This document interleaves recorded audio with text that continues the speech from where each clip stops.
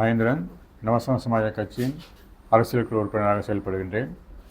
இன்றைய ஜனாதிபதி தேர்தலில் நவசம சமாஜ கட்சி சார்பாக பிரியந்த விக்ரமசிங்க என்ற நமது தோழரை நாங்கள் முன்னிறுத்துகின்றோம். உண்மையிலே இந்த தேர்தலிலே ஏனைய தலைவர்கள் போன்று அல்லாமல் நாங்கள் ஒரு புரட்சிகர மாற்றத்தை எதிர்பார்த்து நாங்கள் இந்த தேர்தலிலே இறங்கியிருக்கின்றோம். உண்மையிலே ஏனைய தலைவர்கள் கூறுகின்ற விடயங்கள் நாங்கள் கடந்த காலங்களிலே நாங்கள் பார்த்தோம். ஆனால் அவர்களுடைய உறுதிமொழிகள் ஒன்றுமே தமிழ் மக்களுடைய விடிவுக்கு அல்லது தமிழ் மக்களுடைய அரசியல் அபிலாஷைகளை எதிர்பார்க்கின்ற அளவுக்கு எந்தவிதமான ஒரு தீர்மானங்களையும் எட்டக்கூடிய வகையிலே அவர்களுடைய இந்த உறுதிமொழிகள் இருக்கவில்லை. காரணம், அவர்கள் தென்னிலங்கை சிங்கள மக்களை எவ்வாறு கவர்ந்து தங்களுடைய ஆட்சிக்கு வர வேண்டும், அவர்களுடைய வாக்குகளை எதிர்நோக்கி அல்லது அவருடைய வாக்கு வங்கிகளை நாங்கள் எப்படி பெற்றுக்கொள்வோம் என்ற நோக்கத்திலே இந்த மும்முனையான பிரதான வேட்பாளர்கள் மூவரும் இறங்கியிருக்கின்றார்கள். ஆகவே நாங்கள் வடகிழக்கு வாழ் தமிழ் மக்களுடைய உரிமையை அங்கீகரிக்கின்ற அதே போன்று அவர்களுக்கு உரிய அரசியல் தீர்வை முன்வைத்தே நாங்கள் இந்த தேர்தலிலே நாங்கள் இறக்கி இருக்கின்றோம்.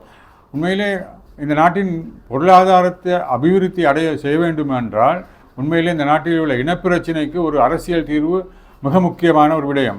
இந்த அரசியல் தீர்வின் மூலம்தான் இந்த நாட்டிலே ஒரு பொருளாதார வளர்ச்சியை மேற்கொள்ள முடியும். ஆனால் இங்கே பிரதான வேட்பாளர்கள் இந்த தமிழ் மக்களுடைய அரசியல் விடயத்திலே கருத்தில் கொள்ளாமல் அது தொடர்பான சிந்தனைகள் முன்வைக்காமல் இவர்கள் வெறுமனே நாம் வந்தால் இந்த ஆட்சி வந்தால் நாங்கள் இதை செய்வோம் அதை செய்வோம் என்று கூறுகிறார்கள் தவிர உண்மையான நிலைப்பாட்டை அவர்கள் உறுதியாக வழங்குகிறார்கள் அல்ல.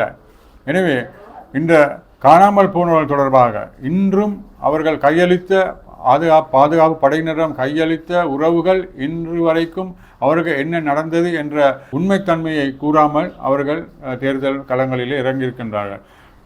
எமது வேண்டுகோள், இந்த தேர்தல் மூலமாகவாவது அவர்களுடைய உண்மையான சுயரூபத்தை வெளிக்கொணர வேண்டும். அவர்கள் கூற வேண்டும், இந்த காணாமல் போனவர்கள் அல்லது கடத்தப்பட்டவர்களுடைய உண்மைத்தன்மை இதுதான் என்பதை கூற வேண்டும்.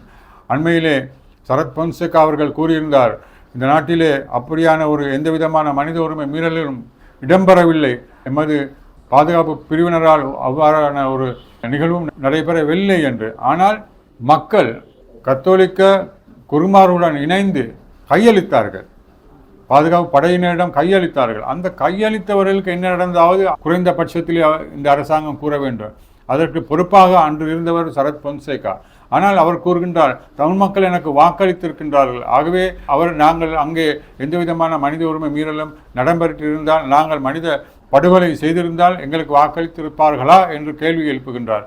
உண்மையிலே தமிழ் மக்கள் தமிழ் தலைமைத்துவத்துடன் இணைந்து அவர்கள் எடுத்த முடிவுக்கு இசைவாக வாக்களித்தார்கள்.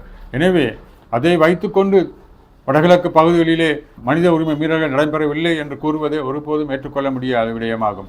எனவே தான் நாங்கள் கூறுகின்றோம், தமிழ் மக்களுடைய சுய உரிமை அங்கீகரித்து அவர்களுக்கு அரசியல் அபிலாஷைகளை நிறைவேற்றுவதற்கான ஒரு தேர்தல் களமாக நாங்கள் இந்த தேர்தல் களத்தை நாங்கள் நவசம சமாஜ கட்சியின் சார்பிலே எதிர்நோக்குகின்றோம்.